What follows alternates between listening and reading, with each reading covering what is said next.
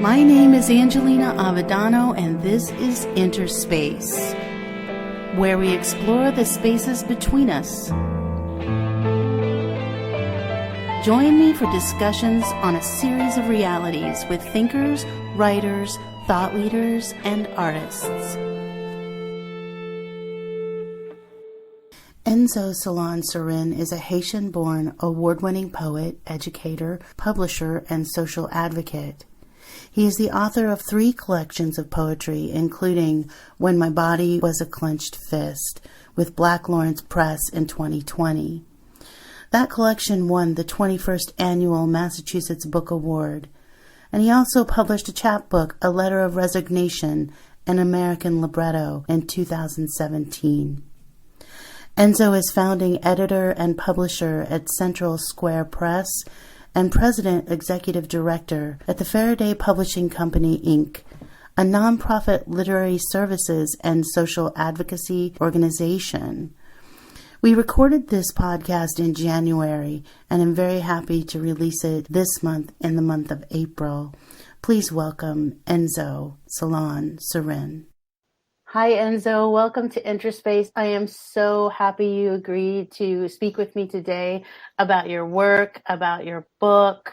I know you've had more than one publication. I hope we can touch on all of them, but certainly the one that was recently released in July of 2020, When My Body Was a Clenched Fist. So welcome, and thank you so much again for being here. Oh, thank you for having me. I've been looking forward to this conversation for a while now, so thank you. Thank you. Okay, well, let's jump right in because our audience here on InterSpace really doesn't have any context about your work. When My Body Was a Clenched Fist. It's a book of poetry, beautifully written. And so how about we just open up with you reading The Birth of a Clenched Fist from the opening section of your book. Wonderful. As you mentioned, it is the very first poem in the book, and it really illustrates, the genesis, really, of the whole clenched fist metaphor. Birth of a clenched fist. Born in epidemic, circa 1986, Jamaica, Queens, when tiny white caps filled modern-day cotton, moored most under a parking lot's dim cone of light. When paraded in chambers of those born to triggers was that sin which weaned father from son, tricked out the best in us, a resilient few kept from boxes, though what was left was worsted in haze on those horrid nights, when what was promissory was plight, was norm, and what was dealt, mnemonic so strong I kept it in my mind like one rehearsing lines in an orograph of pain. A pain like bait that turned gain into the cleanest demise. When I stood to cleave it, the fight empty as cavity, the strife marked by omission. Everything I saw was enemy, even this face, fair game. Oh, thank you so much for reading that for me. And so you open your book and this whole idea of a clenched fist, and here it's the birth of a clenched fist. But I do have to point out, and I want you to expand on the use of the word clenched here. And then let's go into the poem, because you've done something really interesting with the spelling and the use of the word, and I think it surprises some folks. It does, and I often get questions about whether or not there's a typo in the title of the book and consequent poems. I even received an email from someone who had found my email online and said, I really enjoyed, I just want to point out that there's a typo. Right? And I thought, okay, there's not a typo. Actually, the word clenched with an I is actually made up of multiple clenches, right, with an E. And it's borrowed from the boxing, boxing world. It's when two boxers are fighting with each other, and it's like late in the rounds, and they barely have enough, but they're still jabbing at each other, and they're holding and they're grappling each other, and they're trying to get in a punch. It signifies a struggle, right? Not giving up. And I started to when everything started to take shape with this book, it was clear that that I was battling this lifelong struggle, right, to try to figure out how to manage trauma in the body.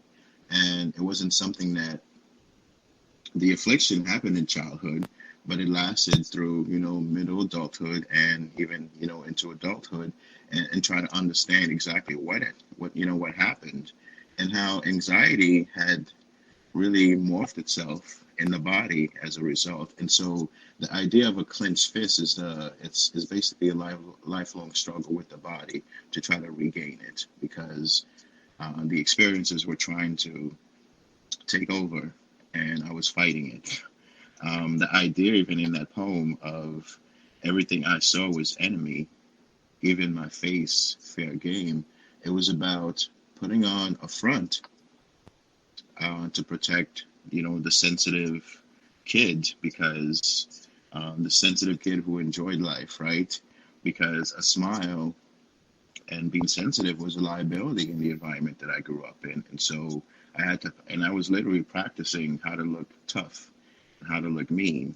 And that's a lifelong struggle, right? Putting on that front so that no one messes with you. And then later on, you realize, oh, my face is stuck like that, or it comes on when I don't even notice it, right? And so that's what I meant by the whole idea of a clenched fist, not just the actual fist itself, but the idea of struggling with all the adjustments that you've had to make as a child just to get through the environment. Could you talk a little bit more about, you're mentioning the environment. What environment were you in where you felt that you had to practice looking tough? Well, and it's a very good question, because I grew up in Jamaica, Queens, New York, and, mid to late 80s to early 90s. And so you had a lot of social violence. You had, back then too, police brutality, and you had also the crack epidemic, right? And so we had drugs and so a lot of violence was surrounded by that. And so in that particular neighborhood, that was it. Like, that was, dealing with that sort of environment where you step outside, and even if you weren't involved in that kind of lifestyle, you couldn't ignore it because it was all around you. And the idea of, there's a line in there that says, that weaned father from son. It's the whole idea that once you step outside, your parents didn't necessarily have control over what was going to happen to you. And so there was this separation, that you reach that moment where you realize, wait, no one can protect me out here. And so I'm going to have to figure out how to do that myself. And that's when the whole posturing, the whole front, the whole learning how to navigate those streets became extremely important. And so, and the humanity of it, though, was striking. Even early on as a kid, I realized that. And so the struggle for me wasn't necessarily just what I was exposed to in terms of the violence, but I saw the humanity aspect of things, right? And how the war on drugs was really a war on people. And I saw that. And so people were just laying to waste, and then people were willing to do whatever it takes to push a lot of, drugs forward, social violence, whatever it was. And police were going to do whatever it took, to snuff out crime and so forth. And it didn't matter if you were innocent or not. You got caught up in that. So that's the kind of turmoil that was surrounding a young kid around, 9 or 10 years old. Mm-hmm. And I'm thinking in that second stanza there in the poem, where you referred to that weaned father from son, but it says, when paraded in chambers of those born to triggers was that sin which weaned father from son. And that word triggers, for me, it carries this dual feeling of, the violence, but also the trauma. And so you're weaving that so nicely there. But so what is that sin there that's related to the triggers weaning father from son? Could you expand on that? Yeah, so it's playing, that particular metaphor is playing multiple roles, and one of them is the idea of the crack as well, right? The drugs, and how people were selling to their own families too, right? But then also at the same time, it's that whole growing up type of thing, right? Like you were being forced really to take into account how the streets were starting to do certain things, right? And so gun violence was extremely right, and like that was central part of it. Even though this is about clenched fists, I do mention how eventually it evolved and into a lot of gun violence because of territory disputes or whatever it might have been. And so in this particular instance, it is about modern day cotton I mentioned Mm-hmm. in the first. And so it's making reference to how did the drugs get there to begin with, right?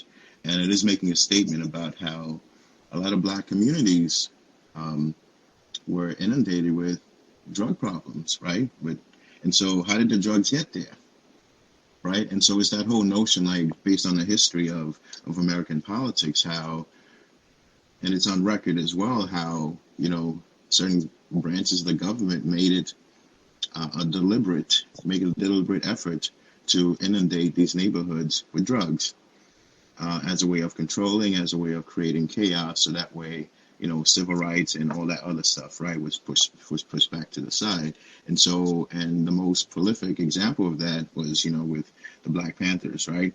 And so in Oakland, and therefore, any way to undermine progress in a particular community, drug was introduced.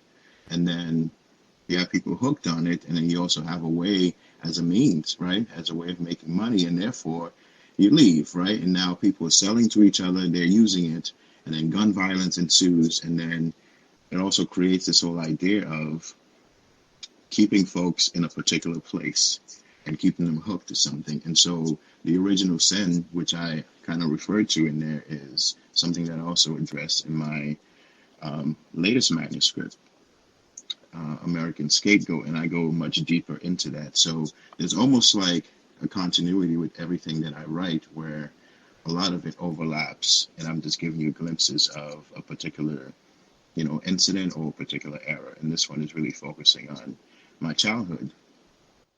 I'm really fascinated to have you expand on that and how that opens up for me, reading this and seeing that kind of thread of the slavery and the modern day cotton into the world of drugs and addiction and violence.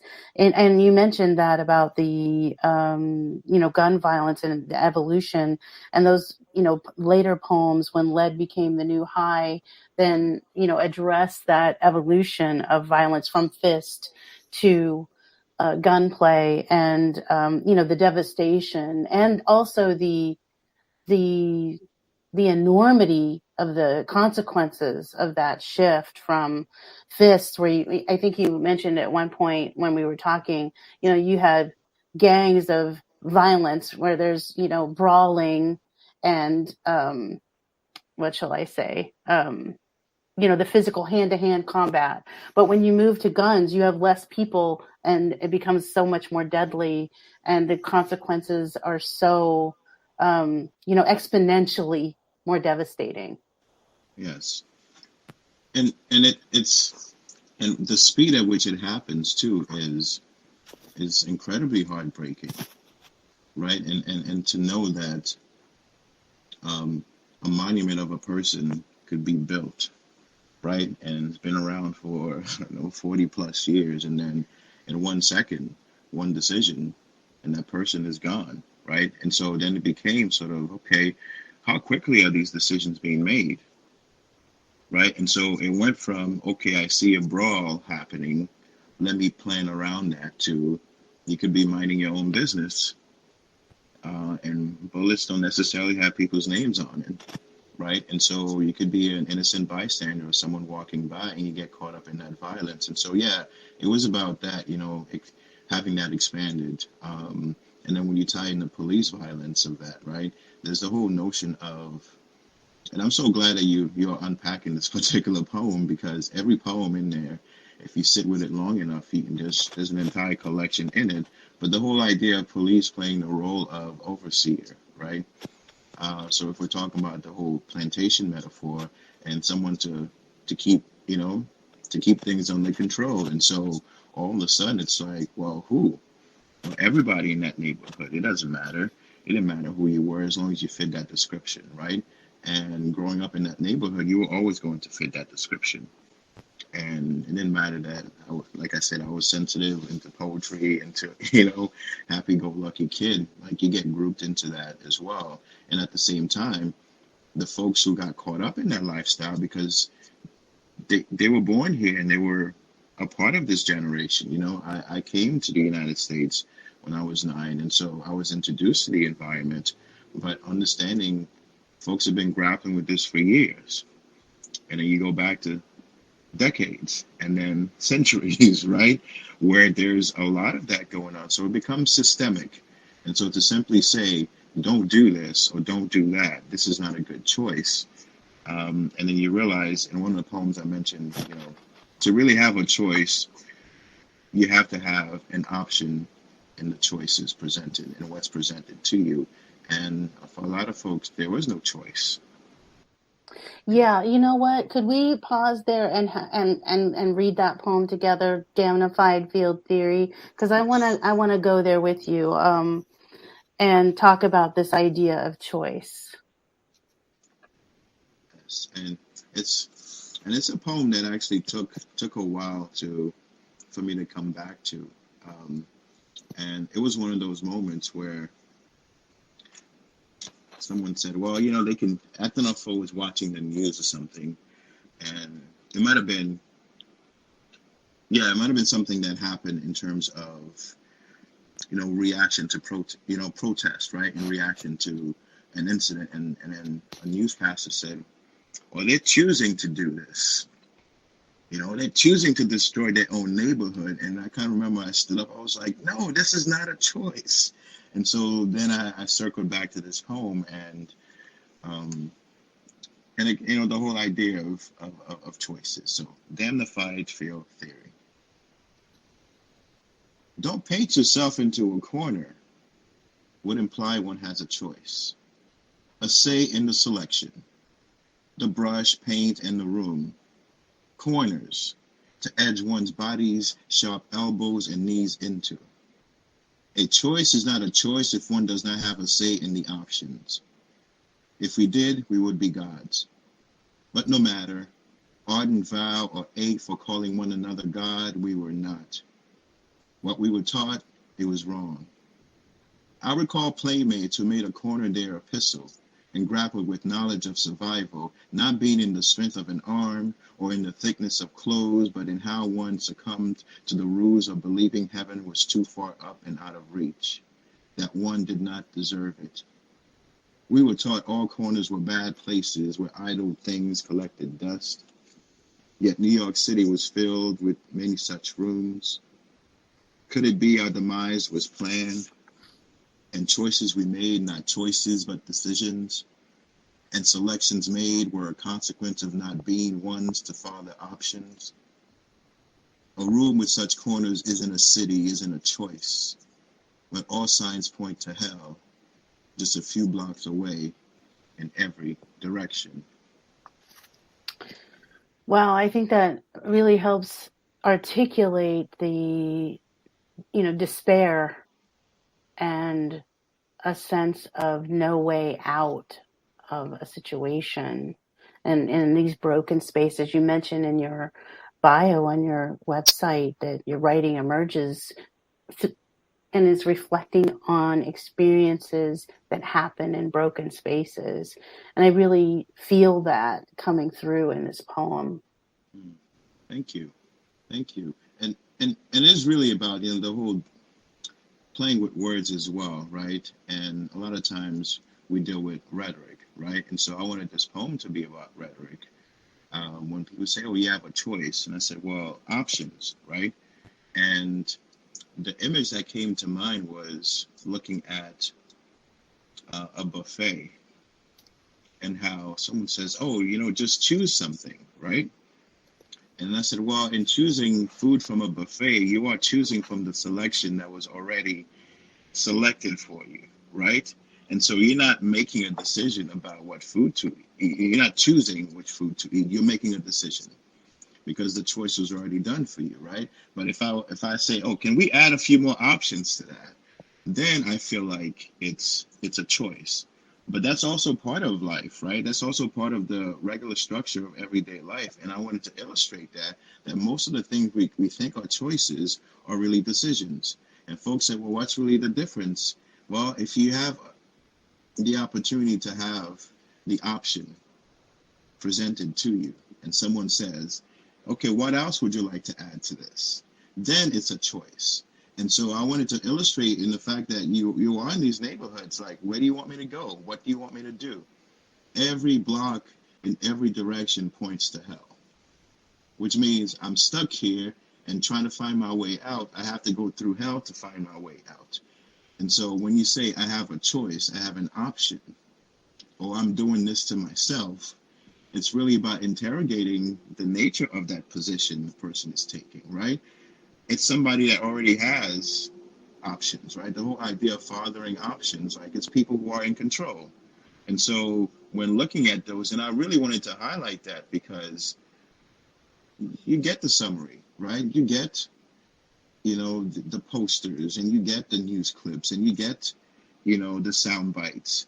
This is who they are. They are doing this. And I'm just like, wait a minute. Are folks actually looking at the conditions under which people are living, under which they're being forced to make a living and to survive on an everyday basis? And so by no means am I glorifying the decisions people are making, but I want folks to actually pay attention to the fact that it is a decision, and that many people are not necessarily electing a choice. They're not coming forth and saying, I choose this for myself. Because if you look at the bigger picture, who would choose this? Who would choose this as a way, right? Who would choose this? And they do have to make decisions every single day, as young as my age, 9 to 10 years old. Yeah, I appreciate how you parsed out the difference between choice and decision. And it makes me wonder, as that 9-year-old, 10-year-old, 13-year-old, 16-year-old, 20-year-old young man, how did you make those decisions to protect yourself and come through to where you are today? Not an easy answer to come by, and it changed every day.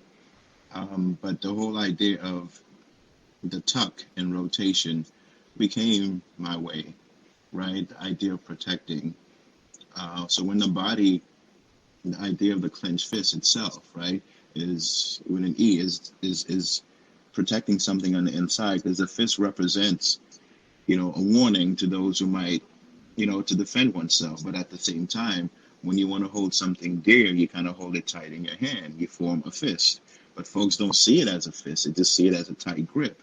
And so it was about that. It was about protecting the innocence, the sensitivity, and the things that I wanted to carry forward, right, to be able to survive in that environment. But at the same time, I think holding it in my hand was a reminder that it's a delicate process.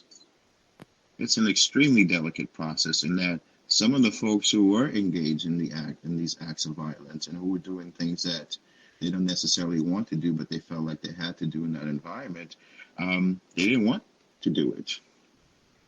In private conversations, you got that. In small exchanges, you got that. And I realized that I wasn't the only one putting up a front, because to survive the environment, you had to put up a front. I also think about, as you're creating that image of the fist and trying to protect, that when you're holding so tightly, you can destroy what it is you're trying to protect. And that's that delicacy that you're talking about. You lay out the book in such a very interesting way, and I wanted to touch on, at every section, at the beginning of each section. And I know you have a very thoughtful idea about these movements. It's almost like a symphony that's happening here in the book, and it has movements, and you can explain that. But I also want you to touch on that you're pacing the book using epigraphs, quotes from psychologists, trauma experts, and such. So could you tell us a little more about it? Yes. To comment on the symphony portion, I'm so glad you used that word, because this book is very much infused with music, a lot of music. And I was reading one particular poem, I think it was Elegy for 161st Street, and someone who grew up in New York said, that poem sounds like it was written by someone from New York. Are you by any chance, and this is before he had read my bio and everything else, and I said, I am from New York City. He said, I can actually picture that. Like, it wasn't just somebody writing about Jamaica, Queens. You know, it was somebody who was actually from there. And it was paying homage to that, but there's a lot of movements in there, because I do think when you address something as difficult as trauma, the idea of flow is important, right? But also coping mechanism. Music becomes an extremely important form of therapy in a lot of ways, right? To be able to move through stuff. But then at the same time, it also helps to shape and to place you in a particular moment.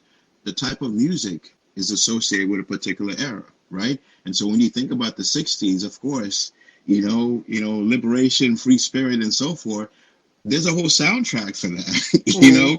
I mean, to the point where it's sort of like Woodstock became like, you know, like as high as it could get, right? It's like music, the music of a generation. And so I paid attention to that. In terms of the other forms of movement, I mean, there are 5 sections, right? And everything is really represented in the fist, right? So everything is 1 digit, right? And as someone who, I mean, I was into psychology very early on. That was my major. I was reading books before I even got to college, you know, on psychosomatics, how one can make themselves sick by the way they thought, right? And because I was trying to figure out how a lot of these things are manifested, right? And I realized that, oh, mental illness is a part of this conversation that we're not having, right? So when folks are talking about why is this person doing this? Well, there aren't services catering to that, right? There's nothing really there to teach people how to deal with, you know, there's no anger management course being offered. There's not, you know, how to deal with trauma. And so traumatized folks often traumatize other people depending on their coping skills. And so I said, I want to interrupt that. I didn't want to be that, right? I wanted to be a little bit different. And that whole, you know, weaning father from son is also that metaphor as well, right? Like breaking a generational curse in a way, right? From the previous generations, people who father a lot of different things. And so when I looked at that, I said, well, I need to frame this with, you know, with the language of psychology, with the language of, you know, trauma therapy and trauma responses, because if folks are looking at these situations as simply acts of violence or drug related, or, you know, simply, oh yeah, delinquents, then they're not looking at the human aspect of things, right? They're not looking at the fact that certain people have been traumatized for centuries, and it goes down through the families, right? And their response and their coping mechanism and so forth, right? And others, this is how I respond to whenever this happens. And that's what they do, because that's all they know. And so I had to shape it and frame it in that way so that we can actually have a conversation about mental health and the lack of services involved in the increase of, and the research is there, increase in gun violence, increase in drug use, increase, like, folks are coping, right? They're trying to cope, they're trying to survive something. And when you add the environment to it, then it's really, it ignites the problem, right? Even more. And so I wanted to frame it in that way because that was also the language of relief. I wanted folks to identify with a particular experience and then say, wait a minute, you mean I'm not the problem? You mean there's something happening within myself that other people deal with? You mean there's a whole research out there on why I cope the way that I do? Oh, you mean this is anxiety, this is what it looks like. Oh, this is what depression looks like. This is what it feels like. Oh, this is why I drink, or this is the reason why I may, use drugs. This is, and so I wanted folks to humanize the whole process, that it's not just you. It's not a you problem.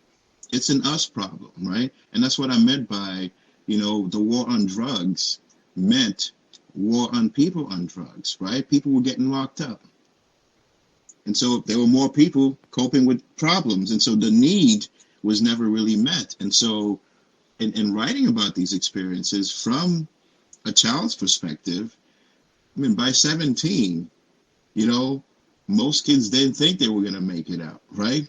And so, and the research was like, if you grew up in this kind of environment, you were going to make it till you're 18. And so then it became 20, you know, and then the age just kept going up, and he kept thinking, well, gosh, what's going to happen to me, right?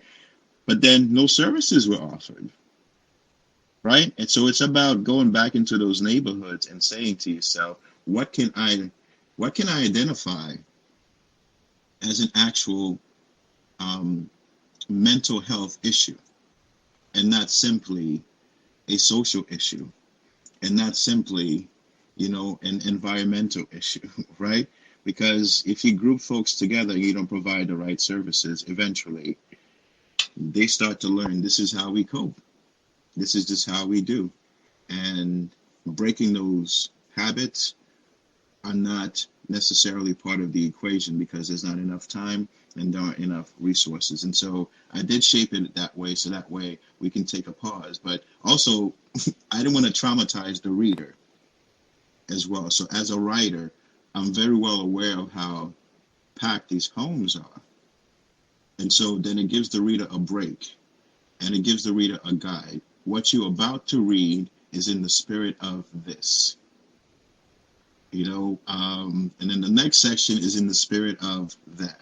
So that way they can trace the transformation, they can trace the evolution of the trauma, and essentially be able to identify what some of those scenes were like. And so it's not in chronological order, because trauma doesn't work that way.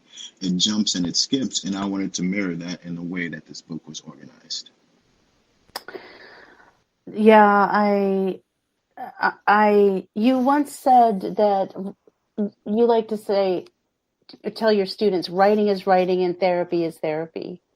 But I kind of feel like that too, you can't separate it out, right? In a way, and just like the way you wove through the piece itself, this conversation about mental health, and the lack of services and the way that we manage that. And in my own book, that is a theme about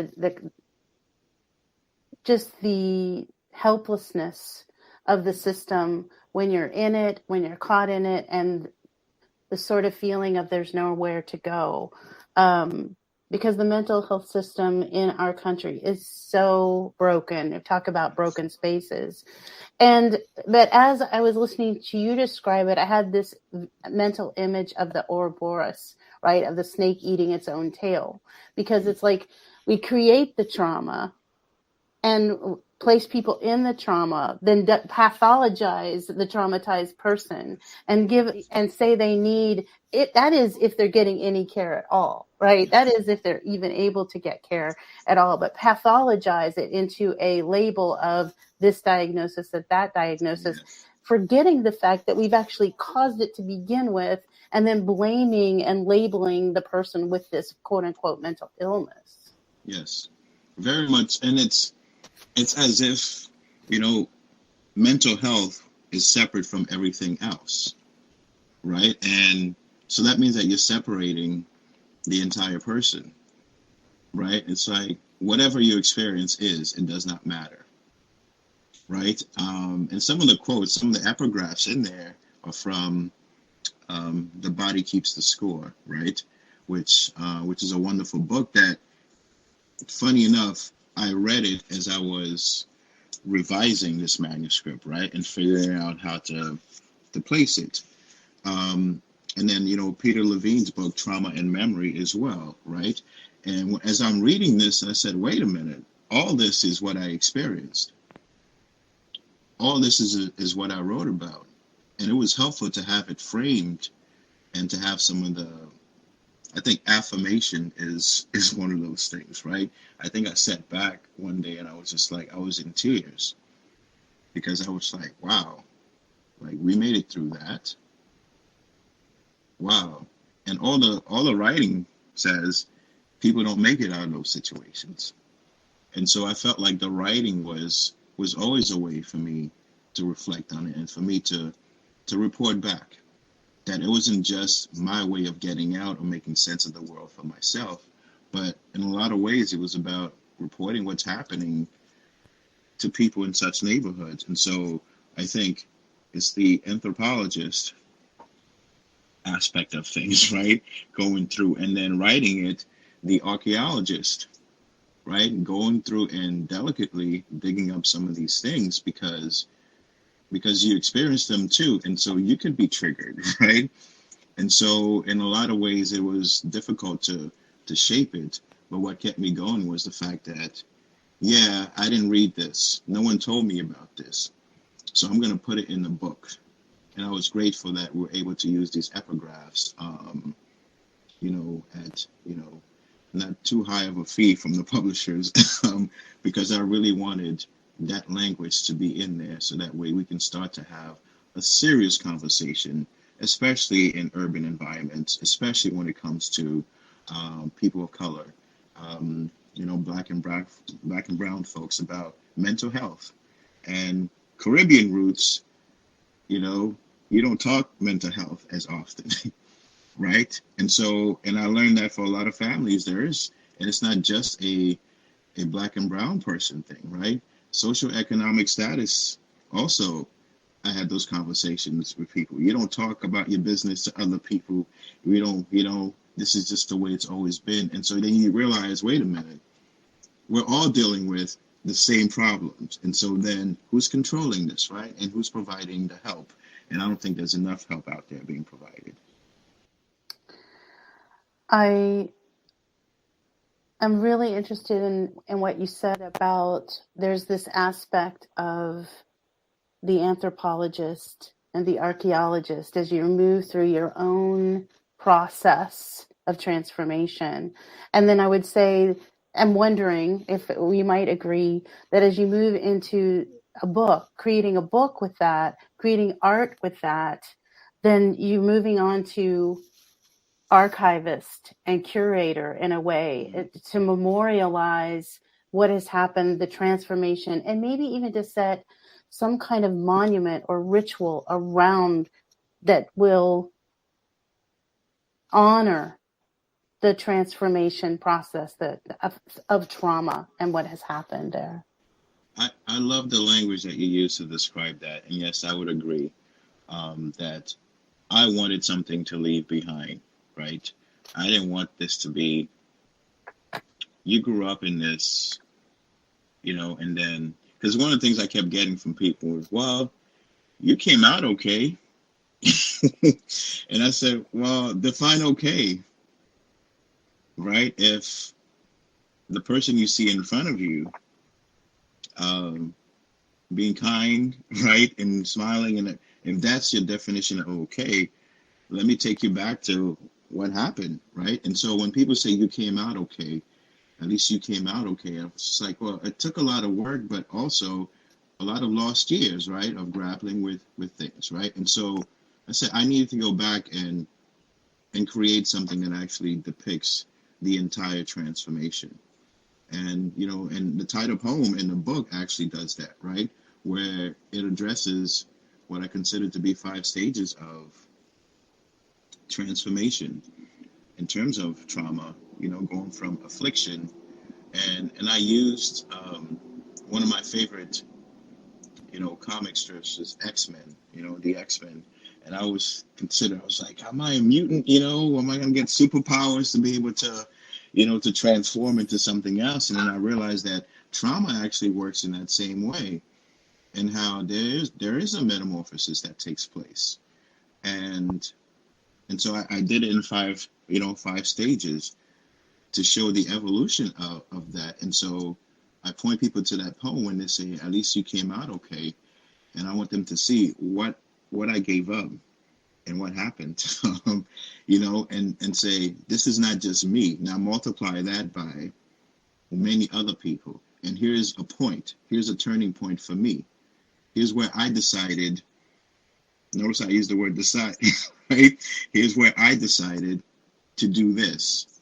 And here's where somebody else may decide to do something else. But if you go back to the very beginning, you'll realize that we both started on the same track. And so it's not an easy decision. to make, but we both make a decision. But at the end of the day, and the term that I use is everybody dies in these streets. And so a part of yourself gets killed anyway, just so you can survive it.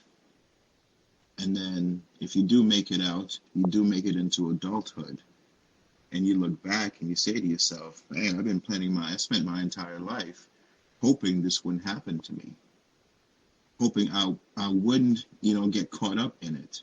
But now you're out of it and you're older, you realize, wow, I didn't spend any of that time dreaming. Like, what kind of life, would I want 10 or 15 years from now? And that's what was held in my hand. Like, I had a plan early on, it wasn't to publish, though. It wasn't, I didn't think writing would take me to the place that it's taking me now. But it was like, one day I want to be a father.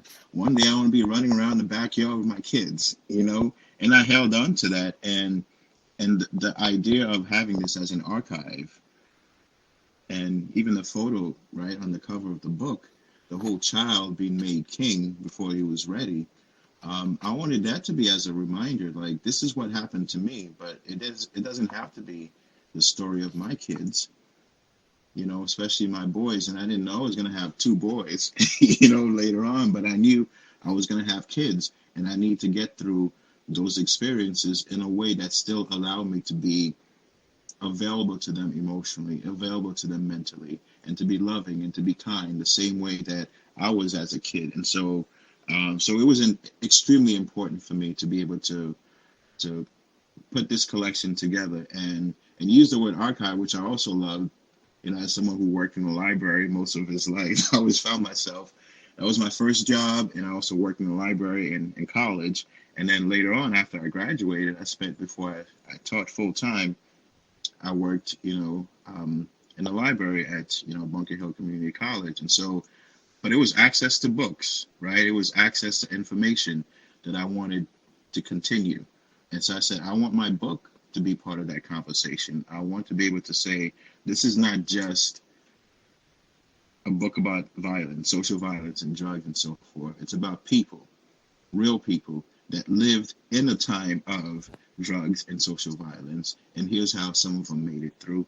And here's how some of them didn't make it out at all. Yeah, if you don't mind, I would love to read a small passage from your book, reflecting on what you said. Then I also want to move into fatherhood, because you've mentioned this has been a theme in our conversation, not only in the poetry, but in your own life. And I want to talk about that with your sons. But I want to read Pathology of a Clenched Fist, if you don't mind. Total recall. A fist is a palm's flight, is thrifting through the chapters of a cold hurt, is trying to bring into focus your obit, is fright contained in the hue of an eye, is a ruse for oozing a crocked mouth, is for wielding class hordes like a mallet, is kowtow of the street, is rising from that, is maybe another qualm's recourse, is trying to get through an oblong block of uppercuts, soaring near at hand, to the incuties at the center of the ear, is witnessing the destruction of the universe with both hands over one's mouth, trying to conceal the blare of one's own ruin.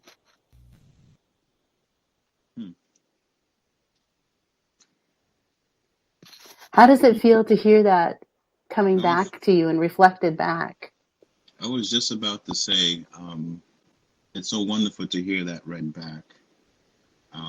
And I feel seen, and I feel the writer in me is sitting to the side, and the young kid and the human, the person, right? Not the writer is saying, wow, what an image, right? What an image. And at some point, and I think part of it was like, dang, that's a good poem. And it's not, because so much work went into this, right? And to hear you read it in the way that you did, and especially the last couple, of images, like, you're dying, your whole world is being destroyed, and you have your hand over your mouth, because why?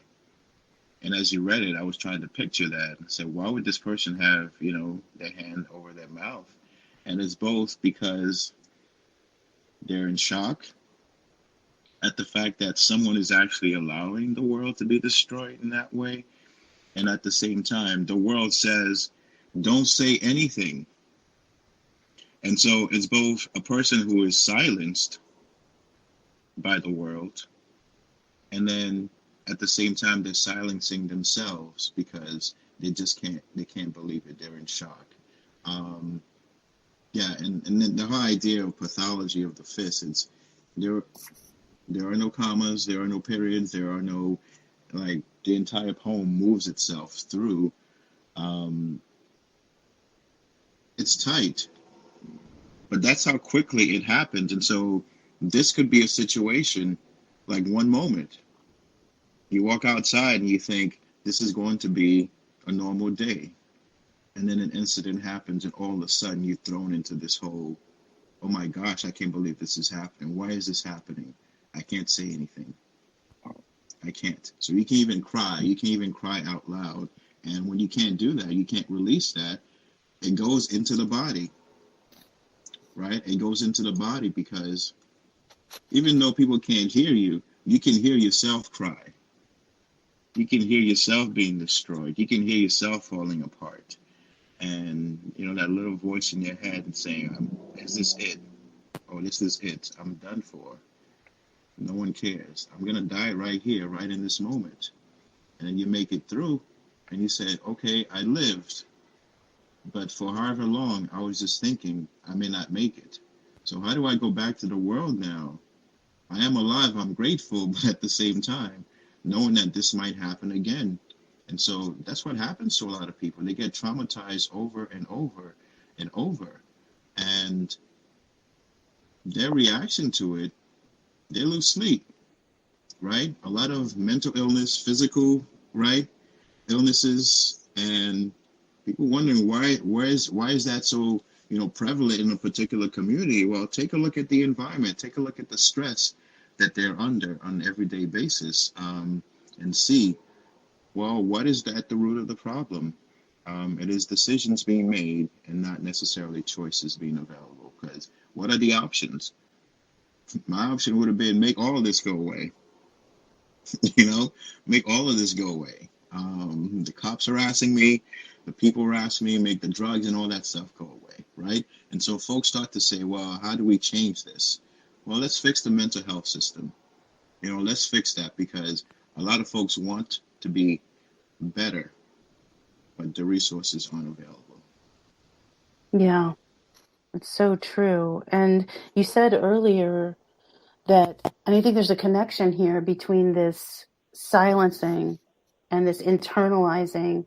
And you said something so powerful a few minutes ago, that you realized that you'd spent all this time and you weren't dreaming.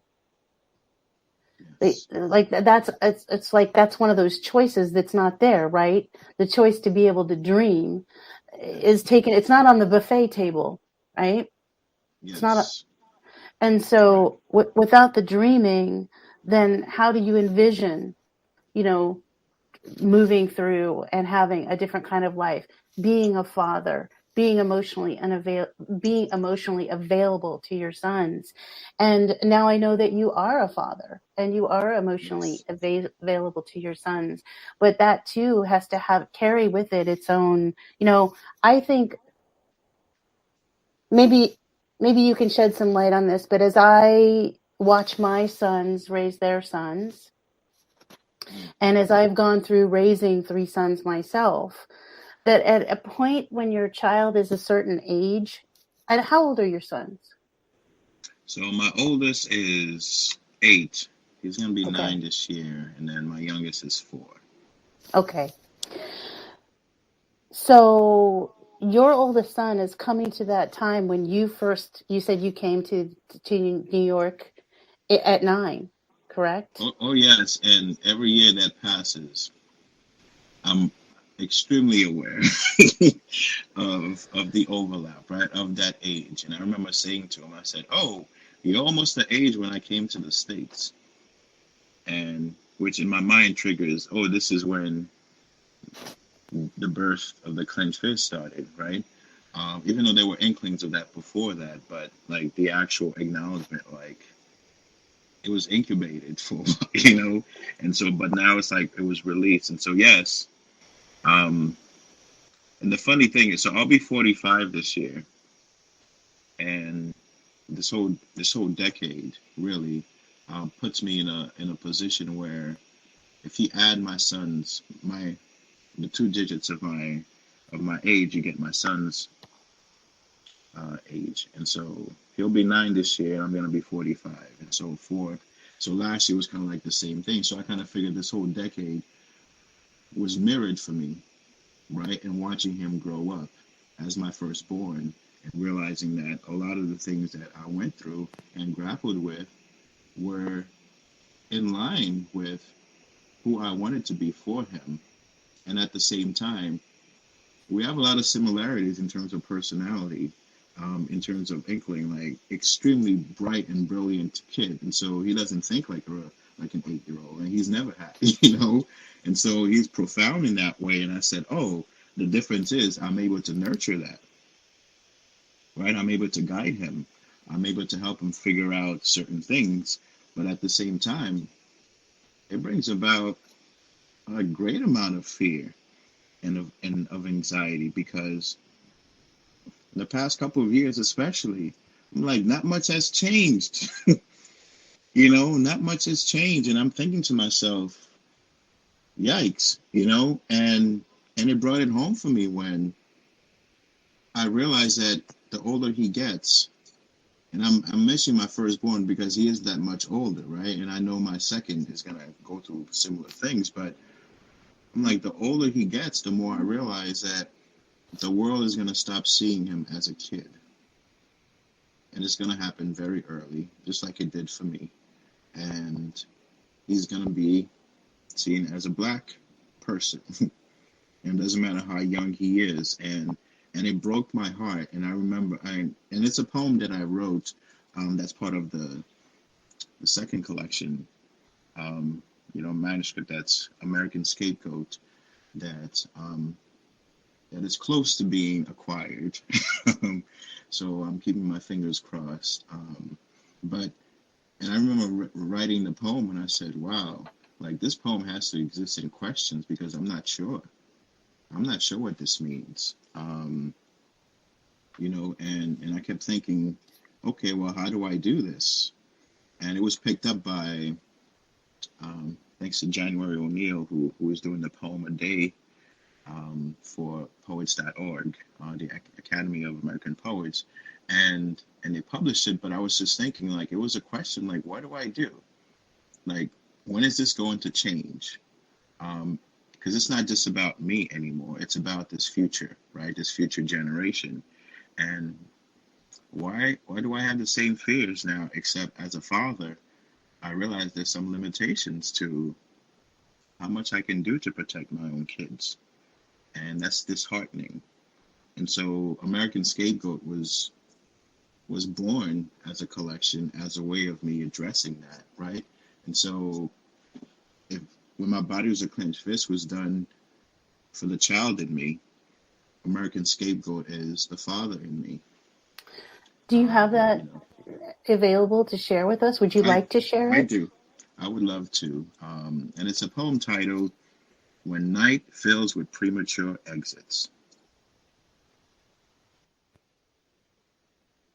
Is there a place where black men can go to be beautiful? Is there light there? Touch? Is there comfort or room to raise their black sons as anything other than a future asterisk? At risk to be asteroid or rogue planet, but not comet.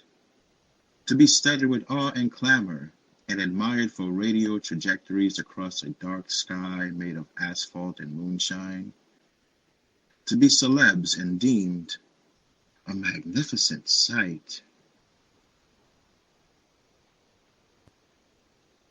And the poem was, and I use a lot of, astrophysics and astronomy in this collection, because I really I've always loved the night sky, and And one of the things that my oldest son Nicholas and I used to do is just watch the night sky and look where the moon is and stars and so forth.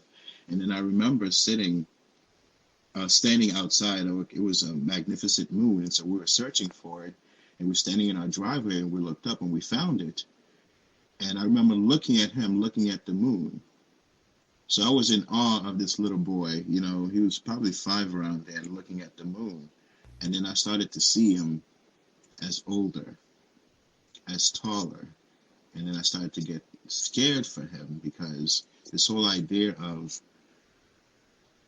he's not admired, he won't be admired in the same way, right? Because when folks look at me, they don't necessarily see this beautiful person. They see a representation and whatever is in their mind, whatever society wants to think. And so all of a sudden I said, wow, will the world ever get to know just how beautiful this little boy is? You know, and then I start to think, yikes, you know, will people see how beautiful I am? Right? And so it's like this whole, and then my friends and so forth. And then I realized that, wow, we can celebrate each other, but what separates us really? And so I started to use the metaphor of, I realized that an asteroid and a comet are essentially the same thing, except one is presented as an element of danger.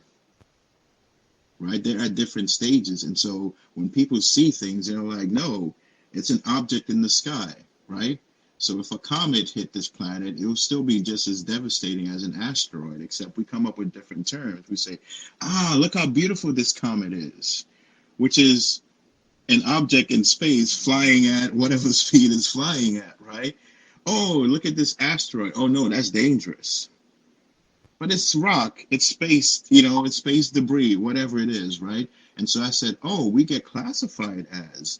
So I said, well, where's this planet that exists where I can go to be beautiful, where all black men can go to be beautiful, instead of being presented as these dangerous, you know, versions of human beings, you know? So will I ever get to be beautiful in that way? And it's a meditation on this question. And all the poem, the entire poem is questions, because I'm not seeking an answer. I'm just seeking for people to meditate on that same question, because the fact that I even have to ask those questions says there's something extremely wrong with the world that we live in. Something that's coming to mind to me is that idea of Kimberly Crenshaw's intersectionality, and the idea of not only all of the blame that is placed on men in the world today for the problems that exist in the world, but now then that additional impact of being a black man in America layered on top of that. As you're looking at your son's face, I see that first category for my sons, right? I see in my sons, it's like, and as they're in their 30s, oftentimes we'll have conversations and I see them struggling with and really disheartened by this label of, and this blame that they don't know how to hold and carry. They don't know where it came from. And now as I listen to you, I'm thinking about that layered on top of this really very intense experience of being a black man. And my heart breaks for my sons, and I see that your heart is breaking for yours. And this is just so much grief, Enzo, as we look at our sons today, and how I want so much to bridge that conversation between feminism and feminist theory and masculinities, because unless we come together to help nurture one another, this really is a no-win situation. And I'm glad you mentioned it in that way, because, you know, the poem was addressing something very specific in terms of race, right? But for me, it's also about the idea of masculinity, right? And how that's defined. And sensitivity is not necessarily a quality of masculinity, right? And so it doesn't get highlighted that way. I think maybe a month or so ago, I posted something, on my social media, and I kind of said, I'm fully celebrating who I am. Um, and and I said, I'm sort of like coming out of this shell of saying, this is who I am, this strong and sensitive person.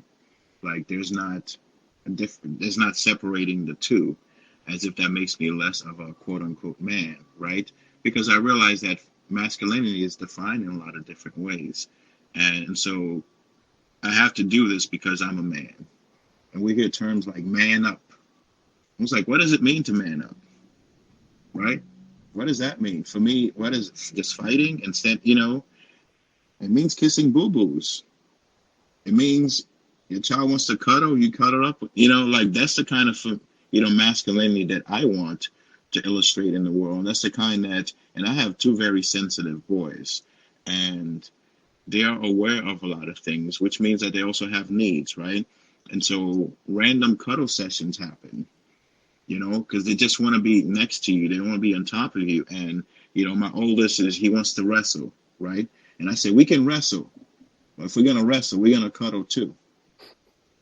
Because I don't want your idea of masculinity to simply be the way to interact with other men is simply by wrestling, right? And by contact. And I look at sports and how the best of friends, sometimes to the point where they're family, right, are made because these men are going hard at each other, right? And they're fighting and they're grappling with things, right? And they become the best of friends. Like to watch two old boxers, right, having a conversation with each other. And I always thought, would you guys have had this conversation if you would have met each other some other place, right? No, because probably they would have been pinned against each other, right, in a lot of different ways. And so how do we do that? How do we change the conversation about what it means to be masculine in this world, right? And how, to celebrate that, right? To celebrate sensitivity, to celebrate the nurturing aspect of things. And I'm not being, less of a man because of the way that I interact, or I don't respond in the way that the world thinks I should respond. And so I completely agree with you. Like what it's like, and I can even imagine being, and I'm speaking from being a father, right? What it's like being a mother, raising, my mom passed, I'm about to get close to the anniversary of her death, which makes this time of year a little bit challenging, because like she put a lot in me, a lot. And I kept thinking, wow, like I wish she was here to see my level of success, because she was there through all the struggle, right? She was there, but I couldn't even imagine what it would have been like for her to have witnessed all the things that have happened in the past 10 or 15 years in regards to, like, it would drive her crazy. Like, she probably want me to move back home, right? So she could protect me.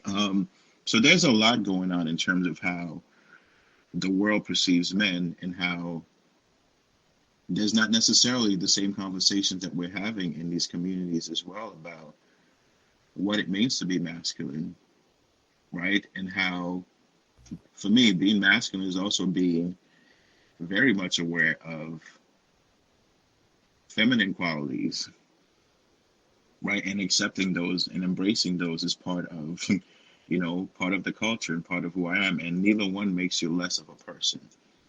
And so it is tragic, though, to continue to watch young men grow up into, being adults, not knowing exactly where they stand and they don't know how to behave. They don't know how to be, because the world doesn't, and I'm going to put it out there in this way, the world doesn't seem to care. At least that's the statement that I'm making. And I'm making that same statement in American Scapegoat, because the scapegoating is not simply just about Black men. It's about the idea of a formula is created, and it gets disseminated to the rest of the world. And then we use that to teach. We use that to raise our kids, and all that stuff. And it's like, wait a minute, that doesn't seem right. Yeah, but we've always done it this way. and you just realize that it's a structure of power, right? To keep certain things as status quo or as is when society is struggling to understand. Like it would break my heart, right, to sit down with someone and say, I don't know, no one taught me how to be a man, and you're just like, I agree with you because society tells you what not to be, but it doesn't necessarily illustrate, oh, okay, this is okay to be that way, right? So is it okay for me to be this sensitive, to be thoughtful, to be so considerate? I mean, those are not qualities that people usually try to instill or celebrate, right? So I had to find my own points of celebration, right? And writing became that for me, at least, right? I can entertain those things and I can keep them in a notebook, and I don't necessarily have to project it to the rest of the world until someone says, hey, can I see more of that? I kind of like that. And you feel affirmed, right? You feel validated. You feel like I can cry too. I can be sensitive too. I can encourage people. I can hug someone without it being, hey, why are you hugging me? Dudes are not supposed to hug each other in this way. It's like, no, it's a different level of conversation that we need to have, about what it takes to actually be a human being and what it means for intimacy between two people. Because we're lacking intimacy, and it's showing right now with this pandemic. Like we don't know. It's a great opportunity though when the world opens up again and we come back towards each other. Like, are we doing enough, to do that? To show how to be more intimate with ourselves and be in touch with ourselves. And that's a new project that I'm working on as well, which will be released pretty soon. But it's a great conversation to have. Tell me more about this project. So at some point, I think right as soon as the pandemic hit, I started to share a lot of things on social media because I would encourage my friends, encourage myself, and so forth, right, and figure out different ways to get through it. And then I realized that maybe other people are struggling too, so I started to post them, and these posts started to take shape. They were small by nature, and then they started to get a lot longer. And then I realized, oh, there's a lot to be said here. And so at some point I said, you know what? Social media may not be the right platform for this because it could be hit or miss, right? And so then I found out about this platform called Patreon, in which you can actually curate a community, right? You can say, hey, come here, let's come together and have this conversation. And so I decided to put a lot of effort into that. So that way we could actually, and the premise of it is to create a better world, is what I'm calling it. And you create a better world by empowering the self. And so I have a lot of conversations, a lot of meditations, posts, videos, and there's a voice cast titled Love Notes in a Pandemic. And I craft everything under love notes, right? And it's like you got the self-empowered ... No, I'm saying all this in love. Like I'm writing you a love note because I write myself love notes to remind myself to be more loving and to be more kind to myself. And then I can figure out how I can do that with the rest of the world, right? And I'm doing so as a black man, right? And so it's about not deliberately being on a campaign to change people's attitudes, right? About how to perceive me, but no, it's me being myself 100% and celebrating those and forcing you to either accept who I am or move on, right? But it is about people who are actually interested in taking this time during the pandemic to better themselves, right? And better the world. Because when things do open up again, we shouldn't go back to the way things were. We shouldn't go back to the way things were because a lot of it wasn't working. And so it is about empowering people to be a lot better to themselves and then get the resources that they need, right? And staying in touch with other people who help them grow, right? Who help them get better. So that way we can form this community and then eventually sprout it out, right? And we create more communities and then we're in touch with each other in a healthier way than we have been before. Oh, I love that. That's so beautiful.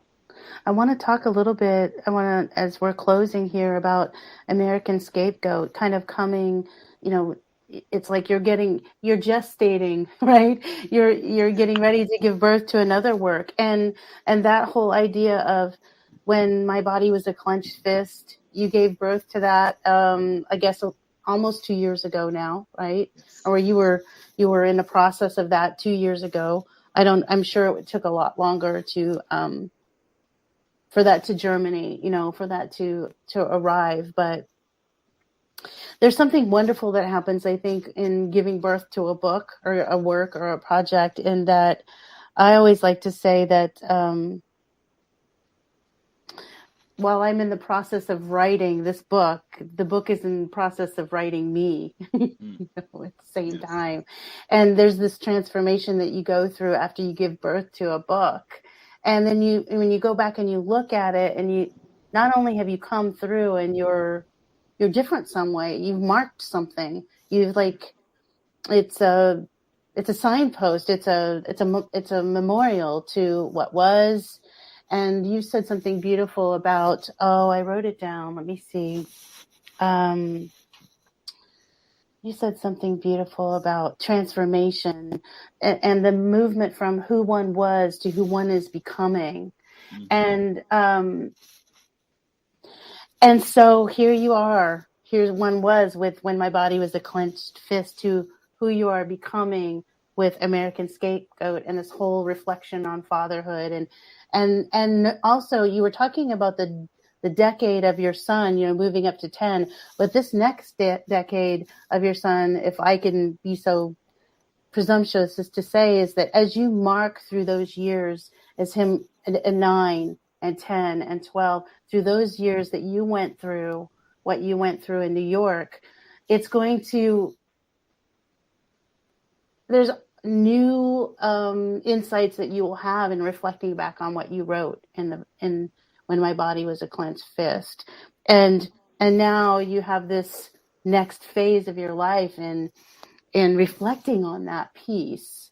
And so I'd like you to touch on transformation, your own, and then facilitating that in the world through your work, obviously, and you kind of have a vision. And it's almost as if we come through these traumas. I call them grief events often in my own work, but we come through them with this desire or to carry something of light into the world, to carry it forward.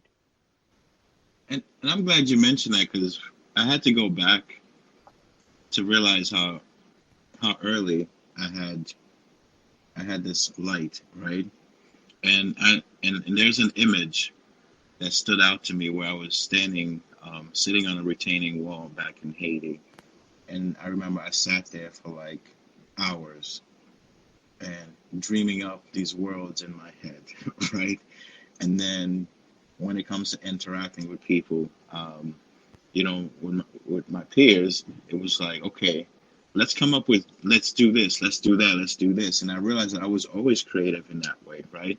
And I was always looking for a way to help people. And I realized a lot of that is my roots, being Haitian. Like we're always trying to figure out different ways to be better, right? And to help each other in that way. And in the midst of struggle, right? And so it is an evolution, like to go through this book. And I wrote it once when I was done with it. I was like, okay, now I'm free. I'm free to write other things, right? And when I was done with American Scapegoat, I was like, okay, now I'm free. I'm free to write about other things. And it is about unloading a lot of these burdens that we carry, right? Because as much as the trauma informs the process of transformation, I don't want that to be a regular thing, right? Like, yes, as human beings, we do experience trauma, but I never wanted to be that poet. And I read a lot of poets who I was like, oh, yeah, you have to struggle to be a poet. You have to be sad, you have to be depressed, you have to be on the edge of, and I was like, what if I'm a happy person? Like, I can't write, deep poetry. And I was like, no, we got to go through some stuff. And then I realized that, no, it was the other way around. It was those that we see, whose work that we see and we value, that are extremely transformative is because they use poetry as a way of, depicting their situation or whatever it was. It wasn't like they decided, I'm going to lead the most difficult life, possible so that I can be a writer.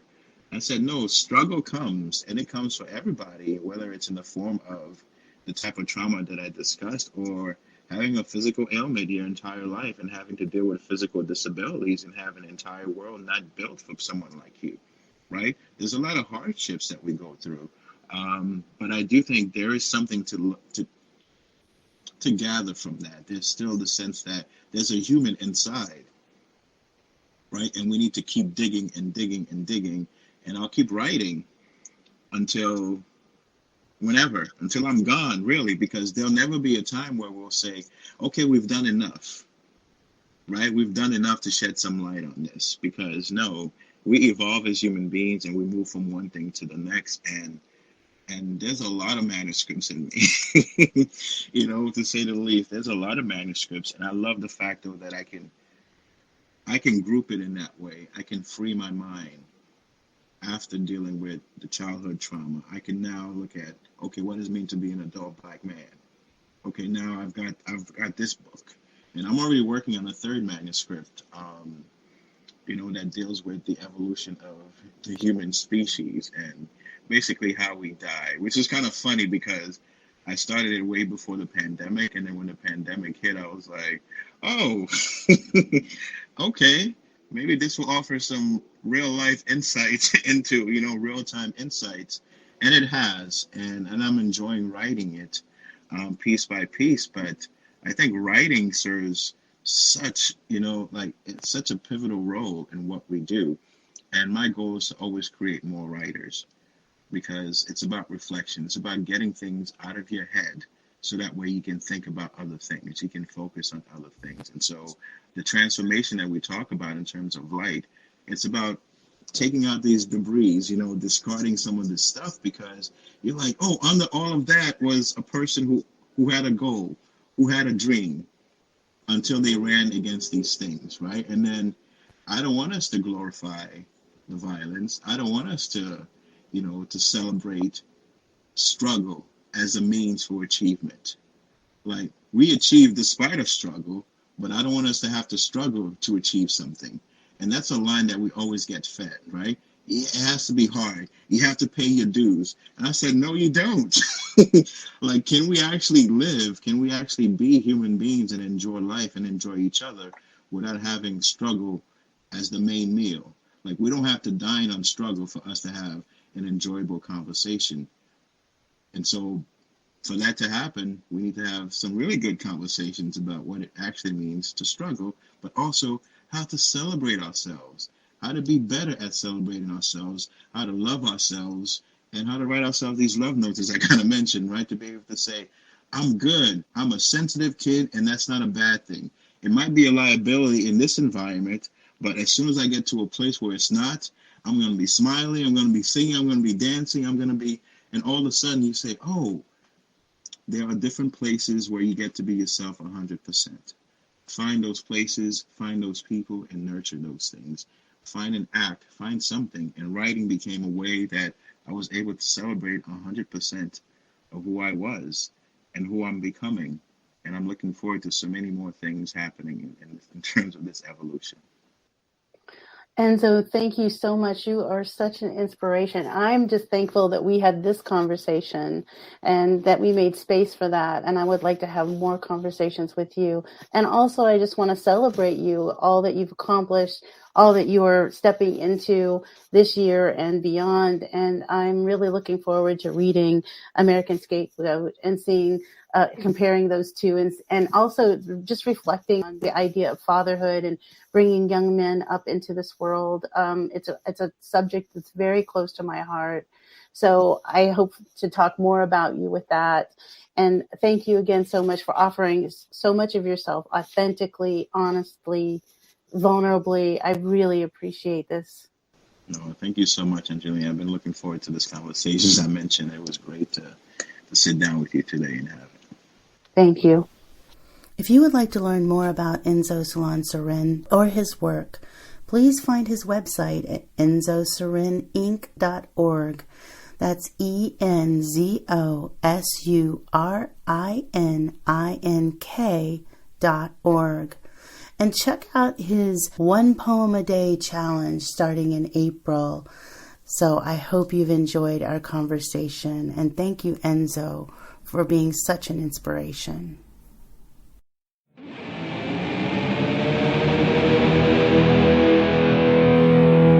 You have been listening to InterSpace with Angelina Avedano.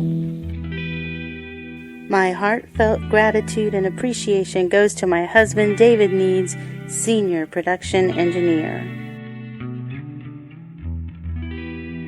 If you would like to learn more about me or my work, look for me on Facebook and Instagram, Dr. A. Avedano with Cicada Personal Metamorphosis. That's Cicada with a Y, CYCADA. Or you can email me at dr.aavedano@gmail.com. Thanks for listening. This is Angelina reminding you that we're all connected.